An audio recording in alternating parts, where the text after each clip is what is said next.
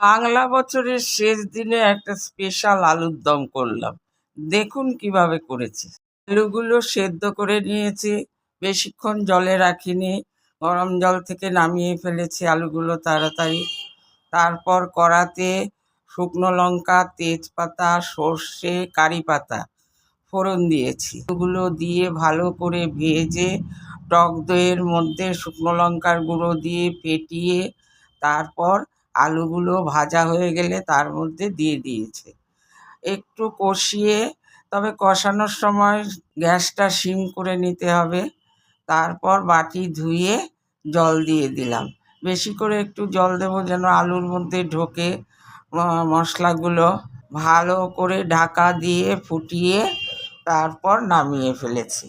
দেখুন, এটা হচ্ছে ফাইনাল লুক। দারুণ হয় খেতে, টক মিষ্টি ঝাল স্পেশাল আলুর দম।